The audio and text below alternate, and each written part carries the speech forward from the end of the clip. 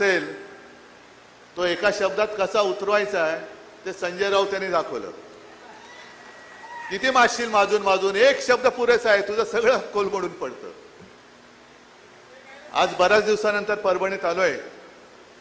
पहिल्या प्रथम मी परभणीकरांना धन्यवाद देतोय की तुम्ही आपल्या हक्काचा शिवसेनेचा महापौर निवडून दिलात.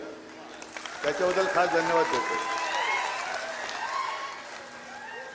जनतेची सेवा करणारा एक कार्यकर्ता तुम्ही निवडून दिलात. आता त्याच्याही वरनं माझ्यावरती टीका झाली. याने म्हणे बाळासाहेबांचे विचार सोडले. का सोडले? की म्हणे महापौर मुसलमान आहे. असेल, पण तो आमचा आहे. त्याला शिवसेनेची उमेदवारी घेऊन शिवसैनिक म्हणून तो लढलेला आहे.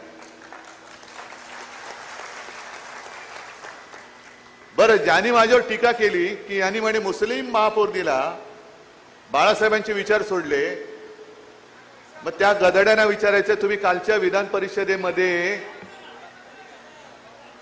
जो आमच्या नावंदरच्या विरोधात उभा करून निवडून आणला तो कोण आहे? मग ठीक आहे, आपण तराजू काढू. त्यांनी निवडून दिलेला आमदार, त्याची पार्श्वभूमी काढा. त्याच्यावरती तो कुठे काय केस खटले बिटले होते, तुरुंगात होता का, ते काढा.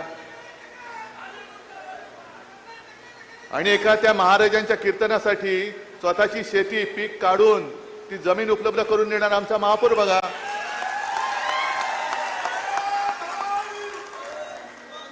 पण हे किती दिवस चालणार?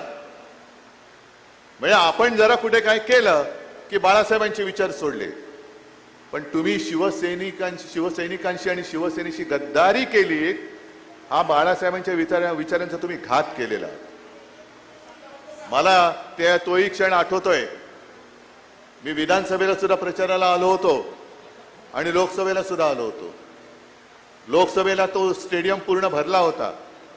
ते राहुल ती सभा एक आपल्याला परत घ्यायचे, त्याच स्टेडियम मध्ये घ्यायचे.